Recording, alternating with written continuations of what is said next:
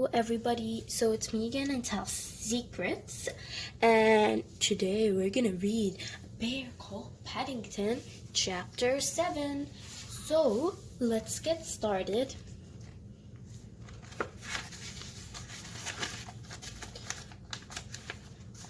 We're almost on the book. We just need this video and another video and then we'll be finished.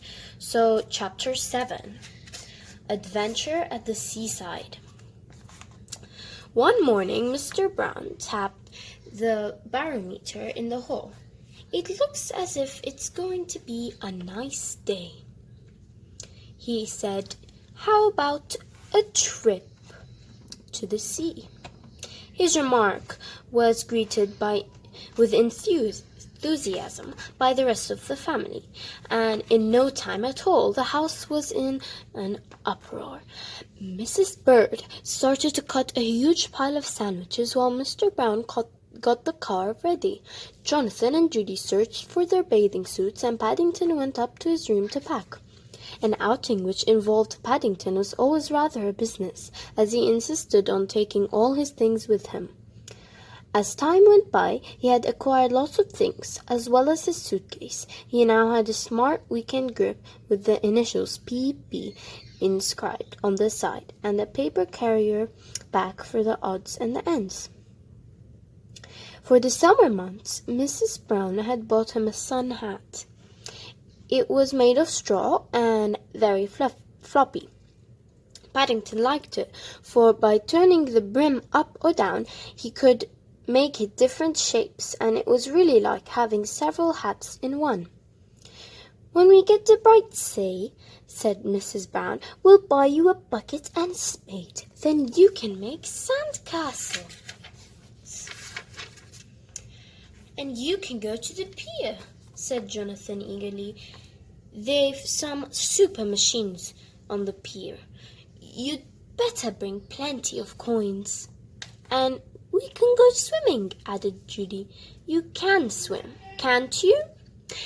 "Not very well, I'm afraid," replied Paddington. "You see, I've never been to the seaside before." "Never been to the seaside?" Everyone stopped what they were doing and stared at Paddington. "Never," said Paddington. They all agreed that it must be nice to be going to the seaside for the first time in one's life. Even Mrs. Bird began talking about the time she first went to Brightsea many years before. Paddington became very excited as they told him all about the wonderful things he was going to see. The car was crowded when they started off. Mrs. Bird, Judy, and Jonathan sat in the back. Mr. Brown drove, and Mrs. Brown and Paddington sat beside him. Paddington liked sitting in the front, especially when the window was open, so that he could poke his head out in the cool breeze.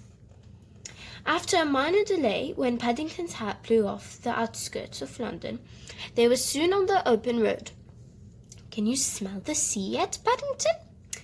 asked Mrs. Brown after a while. Paddington poked his head out and sniffed. "I can smell something," he said.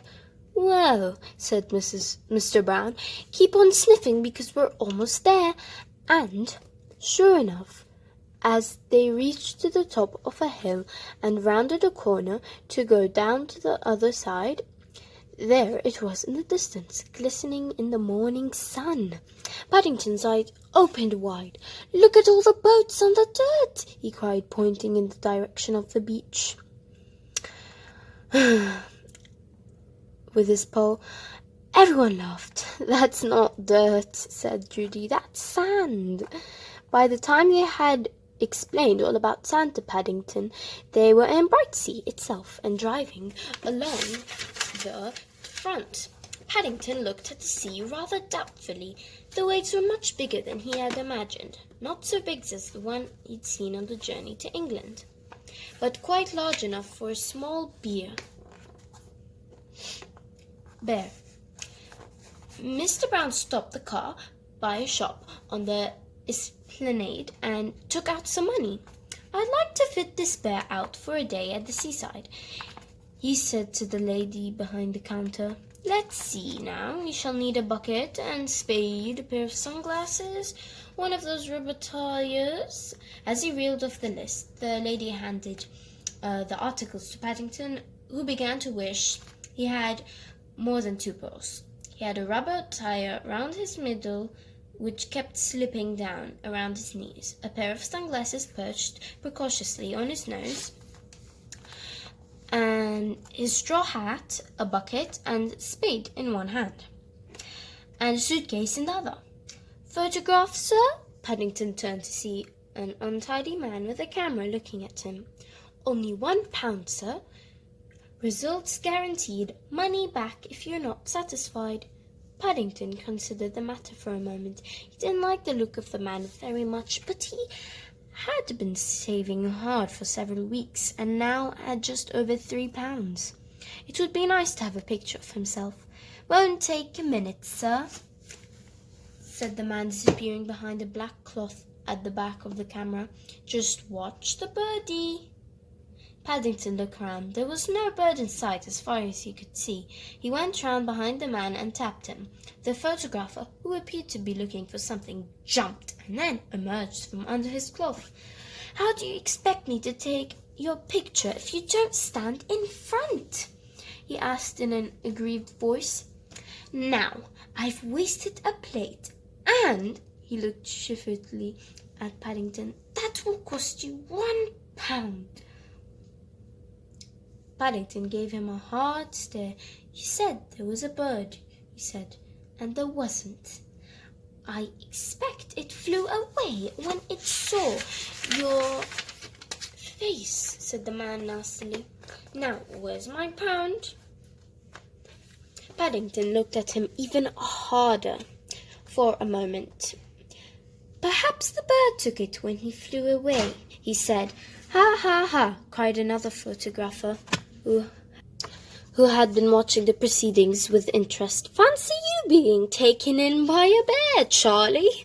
Serves you right for trying to take photographs without a license. Now be off with you before I call a policeman." He watched while the other man gathered up his belongings and slouched off in the direction of the pier. Then he turned to Paddington. "These people are a nuisance," he said, "taking away the living from honest folk. You did quite right not to pay him any money, and if you allow me, I'd like to take a nice picture of you myself as a reward." The Brown family exchanged glances. "I don't know," said Mrs. Brown. "Paddington always seems to fall on his feet." "That's because he's a bear," said Mrs. Bird darkly. "Bears always fall on their feet." She led the way onto the beach and carefully laid out travelling rug on the sand behind a breakwater. "This will be as good a spot as any," she said. "Then we shall all know where to come back to, and no one will get lost. The tide is out," said Mr. Brown, "so it will be nice and safe for bathing." He turned to Paddington. "Are you going in, Paddington?" he asked. Paddington looked at the sea. "I might go for a paddle," he said. "Well, hurry up," called Judy, "and bring a bucket and spade, then we can practice making sandcastles." "Gosh," said Jonathan, Jonathan pointed to a notice pin on the wall behind them. "Look, there's a sandcastle competition. Whizzoo! First prize, £10 for the biggest sandcastle. Suppose we'll all join in and make one," said Judy. "I bet the three of us together could make the biggest one you've ever seen." "I don't think you're allowed to," said Mrs. Brown, reading the notice. "It says here everyone has to make their own." Judy looked disappointed. "Well, I shall have a go, anyway. Come on, you two. Let's have a bath first. Then we can start digging after lunch." She raced down the sand closely, followed by Jonathan and Paddington. At least Jonathan followed, but Paddington only got a few yards before his lifebelt slipped down and he went headlong in the sand. "Paddington, do give me your suitcase," called Mrs. Brown. "You can't take it in the sea with you. It'll get wet and be ruined." Looking rather crestfallen, Paddington handed his things to Mrs. Brown for safekeeping, and then ran down the beach after the others. Judy and Jonathan were already a long way out when he got there, so he contented himself with sitting on the water's edge for a while, letting the waves swirl around him as they came in. It was a nice feeling, a bit cold at first, but he soon got warm. He decided the seaside was a nice place to be. He paddled out to where the water was deeper and then lay back in his rubber tire, letting the waves carry him gently back to the shore. £10. Supposing he won 10 whole pounds. His eyes closed. In his mind, he had a picture of a beautiful castle made of sand like the one he'd once seen in a picture book, with battlements and towers and a moat. It was getting bigger and bigger, and everyone else on the beach had stopped to gather round and cheer. Several people said they'd never seen such a big sand castle, and he woke with a start as he felt someone splashing water on him. "Come on, Paddington," said Judy, lying there in the sun, fast asleep. "It's time for lunch, and we've got lots of work to do afterwards." Paddington felt disappointed. It had been a nice sand castle in his dream. He was sure it would have won the first prize. He rubbed his eyes and followed Judy and Jonathan up the beach to where Mrs. Bird had laid out the sandwiches, ham, egg, and cheese for everyone else, and special marmalade ones for Paddington, with ice cream and fruit salad to follow.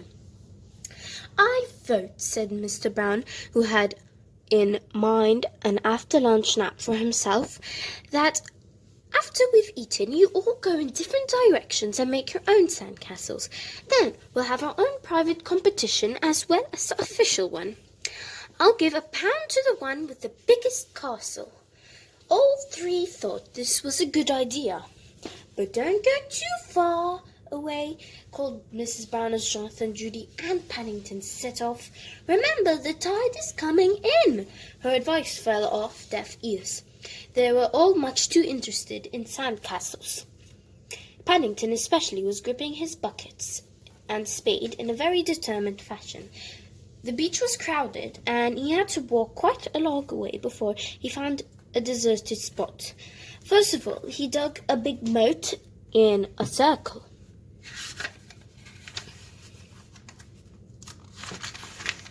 Leaving himself a drawbridge so that he could fetch and carry the sand for the castle itself.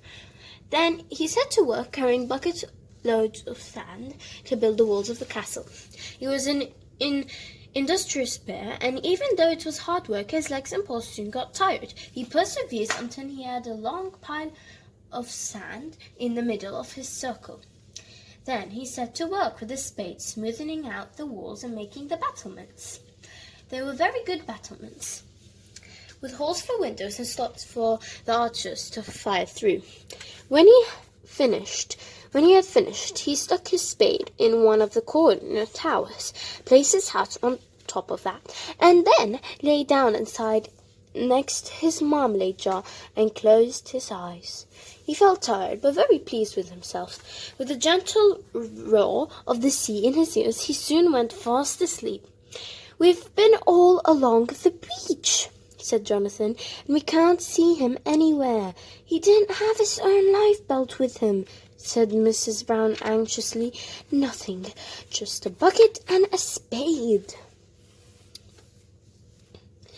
The Browns were gathered in a worried group round the man from a life-saving hut. "He's been gone several hours," said Mr. Brown, "and the tide's been in over 2. The man looked serious. "And you say he can't swim?" he asked. "He doesn't even like having a bath much," said Judy, "so I'm sure he can't swim. He only had taken it this morning." She handed the man Paddington's picture and then dabbed her eyes with a handkerchief. "I know something's happened to him. You didn't have Mr. T unless something was wrong." The man looked at the picture. "We could send out a description," he said dubiously. But it's a job to see what he looks like by that. It's all hat and dark glasses. Can you launch a lifeboat? Asked Jonathan hopefully. We could, said the man, if we knew where to look. But it might be anywhere. Oh dear. Mrs. Brown reached for her handkerchief as well. I can't bear to think about it. Something would turn up, said Mrs. Bird comfortingly. He's got a good head on his shoulders. Well, said the man, holding up a dripping straw hat, you better have this, and in the meantime we'll see what we can do. There, Mary. Mr. Brown held his wife's arm. Perhaps he just left it on the beach or something. It may have got picked up by the tide. He bent down to pick the rest of Paddington's belongings, then seemed very small and lonely lying there on their own. It's Paddington's hat, all right, said Judy, examining it. Look, it's got his mark inside. She turned the hat inside out and showed them the outline of a paw mark in black ink and the words, My hat, Paddington. I vote we all separate, said Jonathan, and comb the beach. We'll stand more chance that way. Mr. Brown looked dubious. It's getting dark, he said. Mrs. Bird put down the travelling rug and folded her arms. Well, I'm not going back until he's found, she said. I wouldn't go back to that empty house, not without Paddington. No one's thinking of going back without him, Mrs. Bird, said Mr. Brown. He looked helplessly out to sea. It's just, perhaps he didn't get swept out to sea, said the life-saving man helpfully. Perhaps he just gone on the pier or something. There seems to be a big crowd heading that way. Must be something interesting going on. He called out to a man who was just passing, What's going on at the pier, chum? Without stopping, the man looked back over his shoulder and shouted, Chap, just crossed the Atlantic all by himself on a raft. Hundreds of days without food or water, so they say. He hurried on. The life-saving man looked disappointed. Another of these publicity stunts, he said. We get 'em every year. Mr. Brown looked thoughtful. I wonder, he said, looking in the direction of the pier. It would just be like him, said Mrs. Bird. It's the sort of thing that would happen to Paddington. It's got to be, cried Jonathan. It's just got to be. They all looked at each other and then, picking up their belongings, joined the crowd hurrying in the direction of the pier. It took them a long time to force their way through the turnstile, for the news that something was happening on the pier had spread, and eventually, after Mr. Brown had spoken to a policeman, a way was made for them, and they were escorted to the very end, where the paddle streamers normally tied up. A strange sight met their eyes. Paddington, who had just been pulled out of the water by a fisherman, was sitting on his upturned buckets, talking to some reporters. Several of them were taking photographs while the rest fired questions at him. Have you come all the way from America? Asked one reporter. The Browns, hardly knowing whether to laugh or cry, waited eagerly for Paddington's reply. Well, no, said Paddington truthfully. After a moment's pause, Not America, but I've come a long way. He waved a paw vaguely in the direction of the sea. I got caught by the tide, you know. And you sat in that bucket all the time, asked another man, taking a picture. That's right, replied Paddington, and I used my spade as a paddle. It was lucky I had it with me. Did you live on a plankton? Queried another voice. Paddington looked puzzled. No, he said. Marmalade. Mr. Brown pushed his way through the crowd. Paddington jumped and looked rather guiltily. "Now then," said Mr. Brown, taking his paw, "that's enough questions for today. This bear has been at sea for a long time, and he's tired, in fact." He looked meaningfully at Paddington. "He's been at sea all the afternoon." "Is it only Tuesday?" asked Paddington innocently. "I thought it was much later than that." "Tuesday," said Mr. Brown firmly, "and we've been worried to death over you." Paddington picked up his bucket and spade and a jar of marmalade. "Well," he said, "I bet not many bears have gone to sea in a bucket all the same."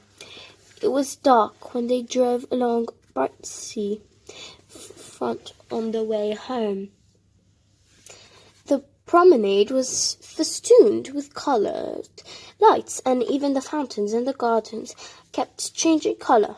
It all looked very pretty, but Paddington, who was lying in the back of the car wrapped in a blanket, was thinking of his sandcastle. "I bet mine was bigger than anyone else's," he said sleepily. "Bet you mine was the biggest," said Jonathan. "I think," said Mr. Brown hastily, "you all better have a pan, just to make sure.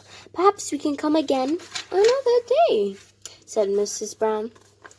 "Then we can have another competition. How about that, Paddington?"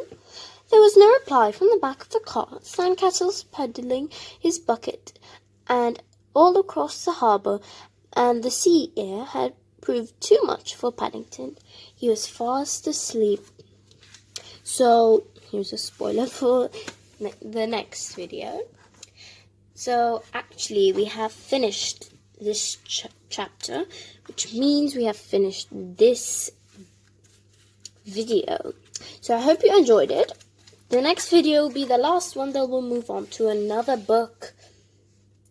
It's not going to be a bear called Paddington, it's going to be something else. So I hope you enjoyed it, and I'll see you later. Bye.